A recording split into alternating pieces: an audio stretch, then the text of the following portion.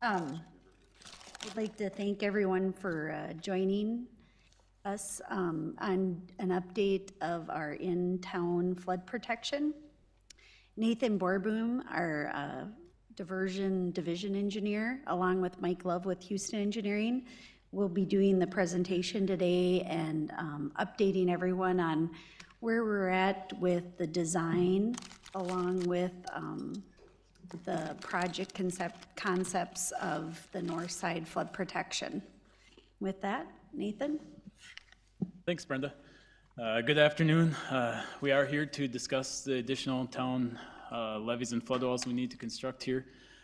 We originally brought these conceptual alignments or plans to you back in July of 2018.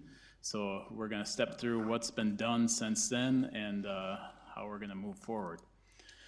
So a quick overview, I'll briefly hit on diversion Plan B, discuss on status of in-town projects that we've been able to complete since 2009, as well as what we've been able to complete here in the last year and a half as well since last time we spoke in 2018. And then we'll get into the details of the 37-foot projects. So I won't spend a lot of time on Plan B. You guys know this very well, but I mainly wanted to highlight the last bullet down there, the in-town levees. That is why we are here today. If you recall, the original diversion operations had a 100-year flow through town at a river stage of 35 feet. With Plan B, that level increased 2 feet up to 37 feet, which is now why we're here to discuss these additional neighborhoods where we need to complete some levees and flood walls. I'd like to also point out that originally the diversion operations for the 500-year event had closely to the 2009 or about 41-foot river stage level. Plan B is holding that same 500-year flood level through town as well, so about that 41-foot level will come through town.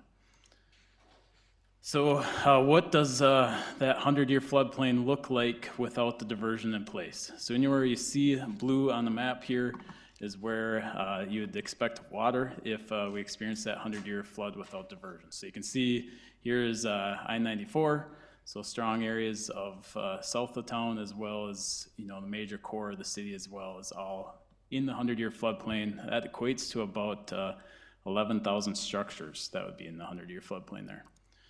So with the diversion in place though, you can see that blue basically disappears. So the map here on the right, wherever you see the blue within the protected area, so the diversion alignment, where'd my mouse go? There it is. So diversion alignment is along here. So this is a protected area. You can see the little bit of blue kind of following the river channel. That's that 37-foot level coming through town. So what have we done since 2009?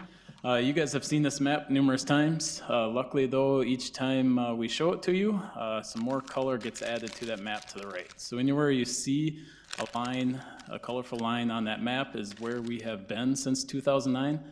So back in July 2018 when we last spoke, we would have had about 21 miles constructed. So we have been able to complete about another mile in the last year and a half.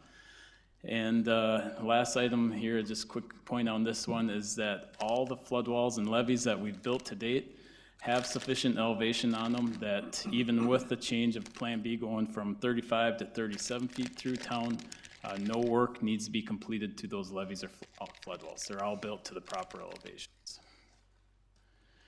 In addition to constructing those 21 miles of levees, we had to purchase a lot of properties to be able to acquire those or construct those. Since 2009, we're just shy of 250 full property acquisitions, and actually since 1990, you can see there we're approaching 400. Not only have we been having to acquire full properties, we also have been acquiring a lot of property easements or private property easements, about 90 of them.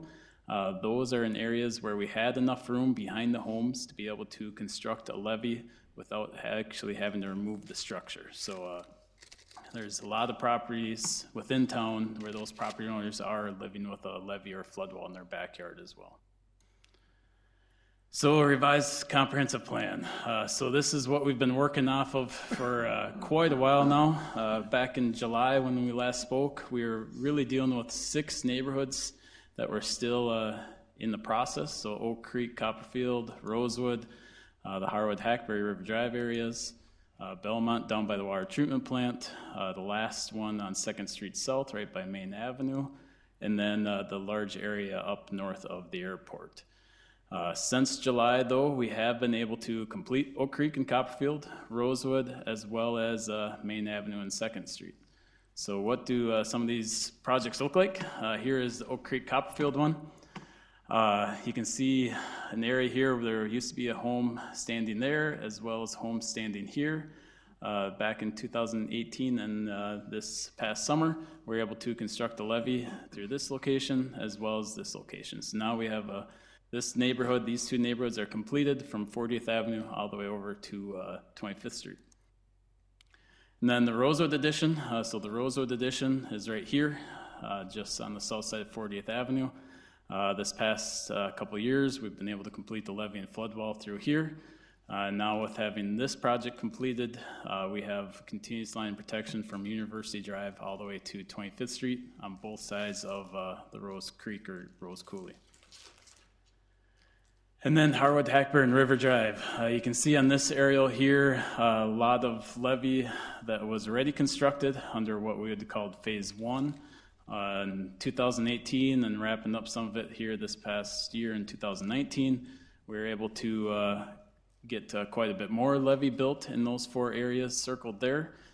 We still have about 3 more properties that we're working on acquiring. Once we acquire those, we will fill in the last 3 gaps there and have a continuous line of protection from 32nd Avenue all the way down to 40th Avenue along the Red River here. So this will be another great neighborhood to get completed and have that levee constructed. For point of reference, I think 2009, we were right around 1 million sandbags in this neighborhood alone. So this is a good one to get completed. Belmont, this is down by the water treatment plant. This is a picture from this past fall of a flood wall under construction. The contractor was able to complete that flood wall, so whatever type of spring flood we're looking at this year, we'll be able to rely on that one to reduce some of those emergency measures we did last year. That was part of Phase 2, so that flood wall is down in this area. This next summer, they'll build a levee around the eastern edge of Belmont. And then we still have a 3rd phase planned in Belmont that's going to require 3 additional acquisitions down here, and then we'll eventually tie into Phase 2 as well as the levee and flood wall constructed up by the water treatment plant. Here's the Main Avenue 2nd Street one. This one was actually constructed by the Diversion Authority this past summer. So that flood wall down by Main Avenue, the removable flood wall across 2nd Street South, right by the new roundabout at Main Avenue. This tied into the levee that was previously constructed on where the former Park East apartment complex was, which ultimately ties into the 4th Street levee and will actually tie into Belmont's long term. And then the last one that we've been working on is up by the airport. So the red lines here are where the proposed levees are. This has not had any construction started on it yet. We are heavy in design though, and optimistic that we should be able to bid this here April, May of this summer. It's going to be a 2 construction season project though. This has gone through multiple iterations, but there's been a lot of close collaboration with the airport authority, the DOT, the railroad, as well as the county. So there's a lot of players in this project, but we got good alignment now here that we're moving forward with. So jumping into why we're actually here. So the 37-foot required in-town projects. So again, like I briefly mentioned before, we originally presented the conceptual plans to you guys in July 2018. Shortly after that meeting, we had quite a few property owners in these 5 neighborhoods reach out to us that were looking to actually move forward with the acquisition of their properties today, or immediately back then. So back in August of 2018, we presented to you guys, and you guys approved the early acquisition of these properties ahead of us actually developing the projects. If you recall, we were waiting to actually start design on these projects until we saw what the Minnesota DNR permit approval or denial was going to be. Luckily, it was approved of the Diversion Authority's Plan B. So this action, though, that you guys took back in August was rather successful. It allowed 10 of the 22 property acquisitions you guys are going to see today to be able to be completed already. So that allowed those property owners to be able to move on their time, provide them some opportunity to find a replacement property for themselves. So I think that was a good success story for us. So then, like I mentioned, we got our permit approval from the DNR in December 2018. Shortly after that, then, engineering issued an RFP for getting engineering assistance to design these projects we're going to discuss. From the proposals we received, you guys awarded contracts to Houston Engineering in April 2019. Since April, there's been a lot of preliminary design work, which consists of field surveys, soil borings, various alignment development, numerous neighborhood meetings held, and further refinement on those alignments, which brings us to today. So where are those 5 neighborhoods? Mike Love here will discuss those neighborhoods in detail here, but you can see here the 5 are Riverwood, up north of Cass County 20, Royal Oaks, up by the wastewater treatment plant, WOODCREST, which is over by the VA hospital, Elm Circle, over by the El Zego Golf Course, and then the Oak Grove School area.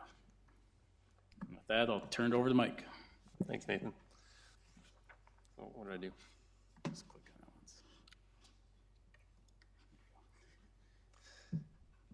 that once. Okay, so we're going to start at the north end and work our way south. So this is Riverwood, like Nathan had mentioned, up at the north end. So this is the concept plan that you guys saw back in 2018. So it called for 6 property acquisitions, 1 easement up here on the north end, and then a levee to be constructed. Project schedule. So we had our first public meeting in August of last year. So we met with the property owners, showed them our preliminary alignment, requested access for some soil borings, and then solicited public comments. During August and December, we then refined our alignment or revised our alignment based on the public comments that we received, the soil boring information that we got, and then the subsequent geotechnical evaluation that we needed to complete. And then in December, we had our second public meeting where we presented them with our recommended project alignment, updated them on a path forward, and then solicited additional comments. So since this is the first area, we wanted to kind of just maybe take a little bit more time on this one and just step through kind of the process that we went through in developing the alignment. So we first came up with a preliminary alignment. So we took the comp plan, we took a little closer look at the area, and came up with what we call the preliminary alignment. So this one's a little bit different than what was shown in the comp plan, or in the concept plan. And the reason is there's an existing gate well in this location that requires temporary pumping during a flood. So we wanted to try to do something with that to try to improve that situation. And then also we wanted to try to get all the way down to County Road 20 because we could actually tie in at River Stage 44 and then have a nice continuous line of protection through this whole area. So the next thing that we did was we completed some soil boring. So for those of you not familiar with that, they basically bring out a drill rig and they take samples, they drill down, they take samples of the soil. They then catalog that soil into what's called a boring log, which is what this shows. And then they also do tests on that material to determine the strengths of the different layers. We just wanted to kind of highlight this one, just kind of goes to show you never really know what you're going to find. So down at 23 feet there, we found that there's a bunch of buried plant material and basically trees. So you never really know what you're going to find down there, which is why we take these borings. They then take all that information, they put it in a computer model, and they basically simulate our levee in there, and then they tell us if we're going to make the bank unstable or not. That's the main thing. Too far. You're right, this is a very sensitive mouse. Okay. So this, again, is the preliminary alignment. So after we did all of our geotechnical analysis and everything and checked the riverbank stability, we found that we can't build it that close to the river. We actually have to push it further away from the river. So if I flip back and forth, you can kind of see here's where we wanted to build it, here's where we actually have to build it. So push further west, closer to the cul-de-sac. So this became our, what we're calling our recommended alignment. It consists of an earth levee constructed at River Stage 44. There'll be a new storm pump station constructed to handle the internal drainage in the neighborhood. And on the south side here, you can see there's a pretty nice established tree row, which actually provides a really nice buffer for the neighborhood from County Road 20. So since we're disturbing that, we're going to look at trying to reestablish some trees in that area to try to reestablish that buffer for the neighborhood. There's also a bike trail that comes up from under the bridge that will be affecting, so we'll have to realign that. And then I guess, I'm guessing a lot of people are wondering what's with all this red. So the red is what we refer to as slope unloading, and this comes up in a couple different areas, so I wanted to take just a little bit of time and hopefully try to explain this. I was told not to get too detailed or too technical, but I am an engineer, so I will do my best. So the best analogy I could come up with is, imagine you have an orange, and then you chop that orange in half and you looked at it from the side. So that's what we would call like a cross-sectional view. So if we did this kind of the same thing, if we cut a cross-section, I'm sorry, I'm struggling with this mouse. There we go. So if we cut a cross-section up in, say, like this north cul-de-sac area, so if we just cut a section right through there and looked at it from the side, so we zoomed in, looked at it from the side. So on the left, you can see that's the Red River. On the right would be where that cul-de-sac was. The blue represents our preliminary alignment where we were originally hoping to build it, and then the red shows our recommended recommended alignment.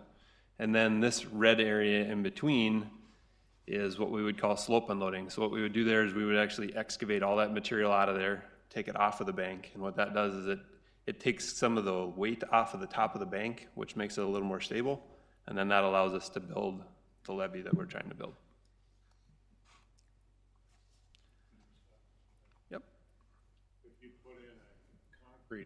Through there, if you put concrete somewhere along here rather than clay, where would that land with the red and the blue? That would basically be, well, I can't say for certain unless we were to run it, but based on what we've seen, what this section shows, it would probably end up being somewhere in between the blue and the red, which would probably be somewhere. You don't gain any houses? No.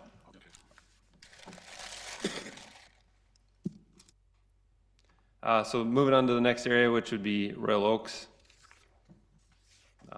So this, again, the Plan B comp plan had 12 property acquisitions. 2 of those are actually vacant lots, and then called for construction of a levee and then a relocation of the cul-de-sac.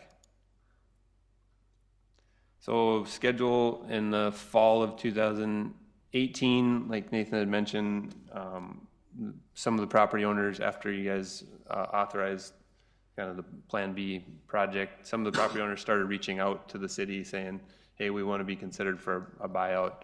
So that process kind of started and continued on through 2018 and 2019.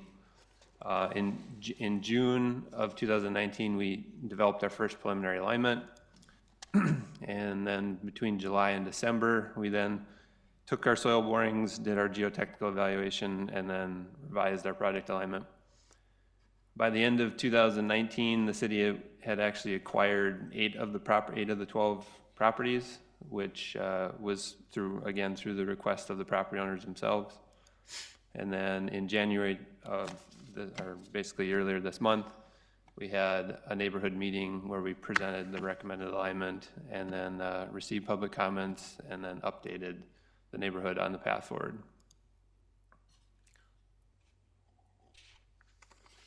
Going into the alignments, so again, we developed a preliminary alignment. In this case, it was very similar to what the concept plan showed from Plan B. Had levee with cul-de-sac. We then cul-de-sac relocation. We then performed our soil borings and subsequent geotechnical analysis, and all the red showed up again. So basically the recommended alignment is construction of the levee to river stage 44 again, relocation of the cul-de-sac, and then the slope unloading to basically stabilize the bank and allow us to construct the levee where we want to put it. Next area would be WOODCREST. So we're moving south again. WOODCREST, there was actually 6 properties. They're shown in yellow here. There's 6 properties that were previously acquired in 2014. The concept plan, or the Plan B concept plan, identified an additional 4, which are shown in red, that would be needed to be purchased. And then there's also 5 land easements for basically building in the rear yards of these homes. So then again, the plan was to construct a levee, and there's actually a lift station relocation as part of this as well. So again, the schedule, we first met with the neighborhood in August. Again, we presented our preliminary alignment. At that time, we requested access to take some soil borings because some of them need to be done on private property, and solicited public comments.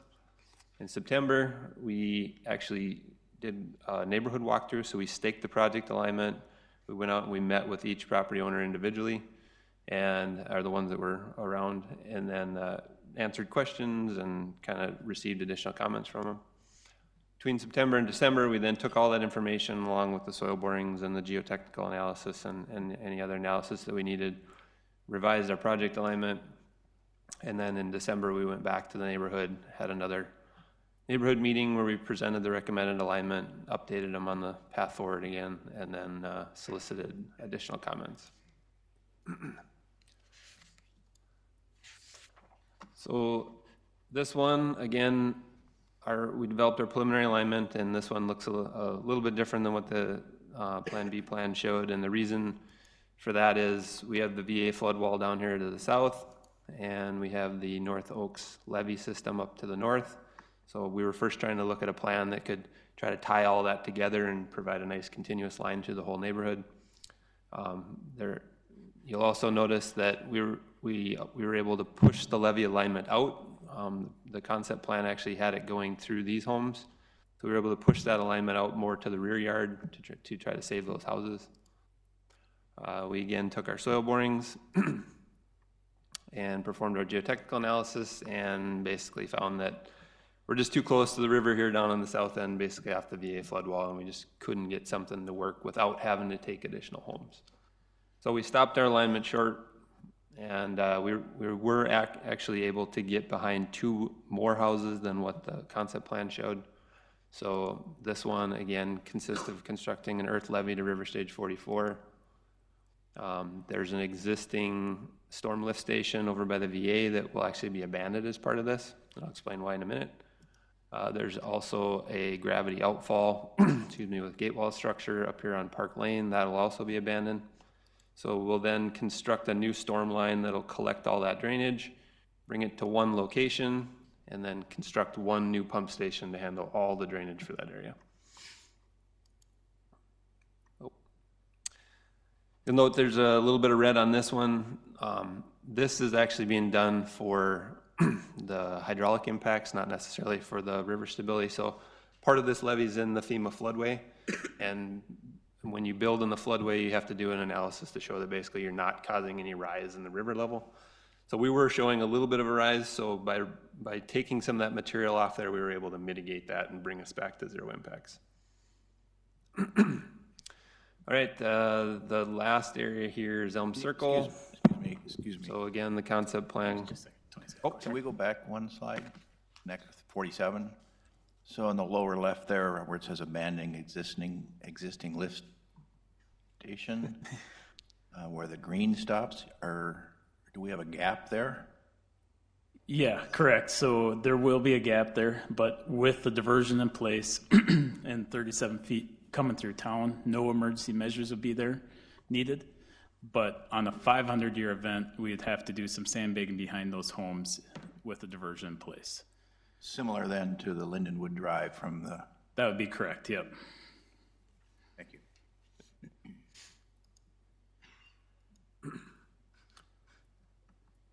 Elm Circle, this area, the original plan was to purchase these 4 homes, build a levee through this area. So we, again, first met with this neighborhood in September. Again, presented the preliminary alignment, requested access for borings, solicited public comments, same process. This area, we also did a neighborhood walkthrough, so we staked the alignment and met with the individual property owners. We then took all our information, came up with a revised alignment, and had a second public meeting in January, where we presented recommended alignment and updated the neighborhood. So this was our preliminary alignment that we developed, and again, this looks a little bit different than the concept plan. There's the original hope was that we could tie into the El Zego levee system and have more of a continuous line through here. We were also able to push the levee to the rear yards again in this area and save some of the homes. You'll notice this property shown in yellow here, so the city had already purchased that property. That was a property that had reached out to the city to acquire their property. So the plan is to still save the home. There's a detached garage off the back that'll have to be removed so to allow us to construct the project, and then the property can be resold. So again, we completed our soil boring. We just can't build that north end. You can see the river cuts in close to the roadway here, and we just don't have the ability to build that stretch. We looked at a couple different options of different types of walls and things like that, and we just couldn't get it to work without having to acquire additional properties. So again, similar to the last spot, there'll be a short gap through here that will be okay to 100-year, but then would require emergency measures on a 500-year event with diversion. So again, this one's pretty simple. It's just earth levee, and then we relocate the roadway here. Last area, which is Oak Grove, and really we don't have anything to update you on here. We're still kind of in the process of working through different options and things, so we really don't have anything to update on this one. And then lastly, we wanted to kind of give you a cost comparison of what these were estimated to cost during when the Plan B was developed, and then what we think they'll cost today. So the middle column here was the cost estimates from the concept plan or the Plan B plan. So you can see those totaled $25 million, and then our revised, our recommended plans actually decreased the price by a little bit, so that's actually just shy of $24 million. And the reason being, some of these went up, some of them went down. The Riverwood area, if you remember, it was a very short piece of levee, so that obviously has more levee. It has the lift station that was installed, that's being planned to be installed. Royal Oaks is a little bit more expensive, and that's mainly because of the slope unloading that we have to do. WOODCREST is, that one got a little bit cheaper because the original plan had that VA lift station. If you remember, we had originally planned on reconstructing that, so by being able to consolidate everything into one outfall, that saved some money. And then we also eliminated a couple of the buyouts too, so that saved money. And Elm Circle similarly went down, and that was mainly because we eliminated some of the buyouts. So. Yeah, so that's the end of our presentation, and open it up for any questions you guys may have. In Belmont, you had 4 properties, you're only acquiring 3. What about that last property? So I didn't hear what neighborhood here. Belmont. Belmont. Oh, yeah, so we were able to acquire that one closer to the water treatment plant. So on that map showed 4 red boxes. Since that map was created, we've actually been able to acquire that one, so we're down to 3 in Belmont. Stearns Place, we're still talking? Yes, we're still looking at various options for the Stern property. Moving the house. We're keeping all options open right now, looking at all available options. I just know the commission will want to know what's going on there. We had some delays for about a year or so after our capital improvement plan and our specials discussion. Where are we at now? Are we back to the regular schedule, or are we accelerating the schedule with lift stations and other internal protections? Yeah.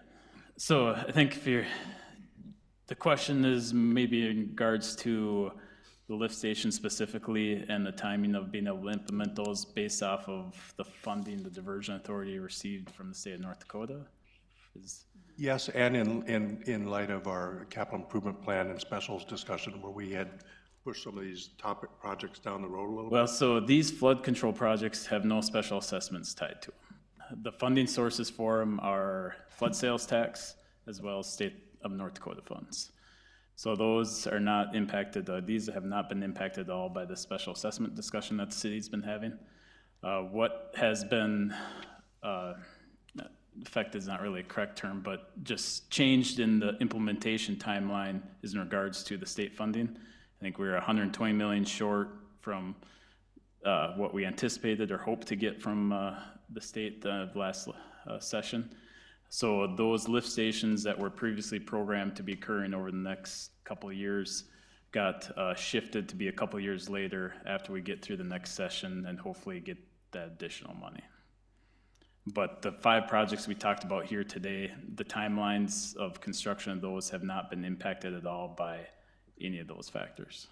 He's still charged with trying to get as much in-town stuff done as we can, and legislative body's given us some money as well. So Commissioner Grinberg is going to come back and relook at our finances. There's some stuff we can delay a bit, but the impact of all the stuff Nathan showed us today is decreased amount of sandbags we'd need in a major flood or trap bags or any other type of protection. So it really helps us in all those neighborhoods. I can just say down in my area, it's just fun to see all the dikes in there now. Homes are gone. And I know that at Oak Creek, I don't have to go and get sandbaggers to do that. That really decreases, I don't know, Brenda, if we talk about that, but it's going to decrease a tremendous amount of sandbags this year if we go to 41. I mean, we have a tremendously different flood fight with all the in-town stuff that we've done, right, Nate? Absolutely. Yeah, And I mean, our goal is that version's supposed to be done in 26. Our goal is that inside stuff would all be done probably before that, right? Yeah, hopefully the plan is after this meeting here, you guys, if you have any questions that come to mind after this meeting, reach out to Brenda or myself. We'll answer any of those questions, and then probably in 2 weeks, if you guys are comfortable with that, come to you guys at your formal city commission meeting and ask for approval on these 4 alignments, which will then allow us to further the design and start the easement acquisition as well as the full property acquisitions. And although we don't have redundant pumps, what we do every time we have a flood fight, we have temporary pumps in the city. We can cover any emergency we have, and we've learned in the past that a pump can go out, but we have the capacity to put in a temporary pump in that location. So everything is set up that if we did have an emergency and something went wrong, we're redundant in that way. Can I ask a question? So we have 18 houses left to buy. That's unbelievable when you look back at whatever 10 years ago. Are these houses included in that, or is 18? No, the ones you just saw today are included in that number. That's fantastic. I think that's the best news. The other question I had for you was, so obviously we hope for the best, but I think we have to plan for the worst this spring. And in past floods where we had sometimes possible emergencies, what I would like to have you see is, do we have a plan for some of those houses of our 18 that are left? If there is a severe flood this spring, do we have a plan for if we have to do some kind of emergency action? I guess that's maybe you already are doing that, but I think that would be a good thing.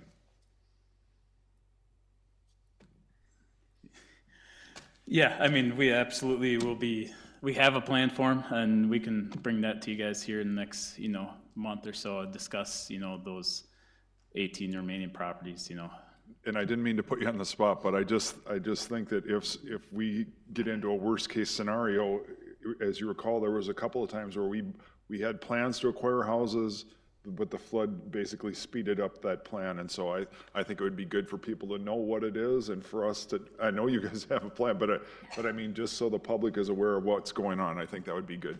And Nathan, at one time we had 27 homes, so we brought that down. Are you saying all that are left now in in-town flood protection is 18 homes? That's correct. 18. 18, yep. We have 18. So we have, of the previously approved comprehensive plan we were working on, We have 6 properties remaining there, and then with these ones you just saw here in these 4 neighborhoods, we have an additional 12. Couple questions. Back to some of the slides and my first question of the Lindenwood Park Drive segment and now this gap at WOODCREST, per your reply, Nathan, do we have any other areas within the city that are not identified or planned for other than the point made earlier about Oak Grove, more information coming? Are there any other sections of town? There are no other sections of town that we're planning to implement any more levees or flood walls beyond what you saw here. There will be areas that won't have a levee along the river or drain system, and those areas are high enough though that with the diversion in place that we can safely pass 37 feet without any emergency measures. Granted. And then the second question and a follow-up comment, the 30%, talk to us a little about the 30% contingency from a standpoint of, are we being overly conservative with that number? Well, based on the level of design that we have right now, this is a typical contingency that we would apply. Once we then get into what we call final design, we would then, obviously that contingency would go to 0 because we'd be identifying all the different pieces that are needed. So in your experience, what have you resulted with 30% in actual and other projects? Well, at this level of design, I would say that's a fair assumption. You know, we do have quite a bit of detail in it. I mean, it could potentially be a little bit on the conservative side, but at this point, I would caution to reduce that at all, I guess, until we know a little bit more. And just a comment then, and Nathan and I chatted briefly about this last week. I believe the 25.1 million is in the diversion authority budget. That's correct, yes. So the folks in the audience, you know, it's a $2.75 billion project. And as we manage the unknowns as we continue through till we start, it's important to recognize that cost savings are driving decisions on how to fund things in the future. And so if other particular projects come into the fold, it's incumbent on us to find the money to fund that and not add it to the budget. For the point earlier about going back to the legislature. And so I know we're going to have more dialogue in the future, but it's very important that we have the right approach as far as, you know, if there's 30% of that number, it's actually 20%. There's a 10% savings on that can be applied, and those are the things we need to be cognizant of. Some feel in the legislative body that some of our estimates are a little high, and they've seen some of the bidding 10 to 15% lower, so they've been pleased with that. But I think Commissioner Grinberg is, you know, if we have some cost savings, that really helps us. So we may have a cost saving 10 over time, 10 million or something. Well, we don't need 120, then we need 110. But so everybody's very interested in any of our bidding and how it goes. And just to your point, it's dropped 10%. That's excellent. So we'll be happy when it's closer to the real price. The other part of the contingency is the unknown of when we're going to bid, because some of these might not bid till 2021, some of them might not be 2022. So every year that goes by, it seems like construction costs always seem to go up. So that's a little bit of trying to help for inflation. I mean, to your question, I mean, if you would like, we could take a little closer look at it, and then when we bring it to the commission for action, we can maybe see if we can have a more refined estimate, if that's kind of what you're looking for. Yes, I would. Yes, please. And okay. And also from a standpoint of the ultimate decisions, the diversion authorities, of which the mayor and Commissioner Pepcorn and I are on. So that's equal to keep them in the loop as well. As I'm hearing this information today, we're still referring to the plan, the negotiated Plan B with 37 feet going through town, but we don't have the diversion in place. So help me understand what we're looking at for this year if we start approaching a 2009 event. And that, what does that 37 mean anymore if the diversion isn't in place? We don't have that protection in place. We could be looking at 40 feet or more. Yeah, no, that's a great question, Commissioner. So how we're constructing these levees today, so if we were to go construct Riverwood, you know, starting tomorrow, we'd be having the elevation at the top of the levee to match all the levees and flood walls we've constructed to date in town. And those elevations are being built to safely handle that 37-foot flow through town, but also that 500-year level as well. So we know that, there's always that risk of, even with the diversion in place, experiencing a, flood like mine I experienced back in 2011, have those, very large flows coming through town. So these levees will be built where there'll be no emergency measures needed on a 500-year event. So, which will provide us benefit on the interim until 2026, as the mayor said, before diversion's operational. For any future spring floods, while these levees are in place, we can hopefully handle those flows coming at us. The difference is, John, we'll have to do some sandbagging because we don't have that capacity to have the diversion outflow, everything else. I was just at a national meeting of mayors across the United States in Washington last week, and I was chuckling because a gentleman got up and talked about he had flooded 3 times in the last 10 years, and he sure would be glad when his $8 million project was done. And I kind of said, wow, wouldn't we like an $8 million project and that's it? But it just the immensity of our project and what it's done. And Nathan, I want to thank you and your team. You've done a great job. I can thank Bruce. We went back a few years when we even looked at this, and Dave, when we had to finally say, nope, we're going to go after these properties. But how the neighborhoods now look and how much more secure it is when they have a dike up, it's ready to go. Many of our neighborhoods are now protected, never were protected before. I look at River Drive and how many million sandbags we did in River Drive. I just want to compliment you. You're moving ahead, you're doing a great job, and you're continuing to get this whittled down, whittled down, whittled down. And I want to thank the homeowners that get engaged with us and allow us to buy them out. But good, for the better end of the good, they always help us out. So it's a lot better for Bruce and I to look at an engagement where we don't have to do 7 million sandbags. And when I look at that, I don't even know how we did it in 2009, how we did all the sandbags. But it's fun sometimes to look at the old pictures and realize, oh, we did it that time. All our neighborhoods, all the chaos, all the stuff that happened. And now we've got a more orderly attack on any kind of flood we'll face. So I just want to, you're doing a great job. Thanks.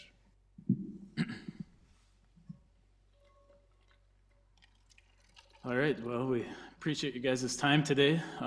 Like I said, if you guys have any questions come to mind here later, reach out to Brenda or myself, and we'll work to address those questions. Or otherwise, I think we'll plan on your next city commission meeting to ask for formal approval on these 4 alignments. And Mayor Mahoney, we might have ongoing updates on the conditions in our future commission meetings, so we're continually keeping our eye on this. Of course. What we'll do is we'll have, from now on, we'll have Nathan speak at every commission meeting and just give you an idea if anything's changed. We did have a preliminary forecast, and we're quite comfortable with that one, but I'll just ask Nathan every time. We'll just update. All right, thank you. Thank you.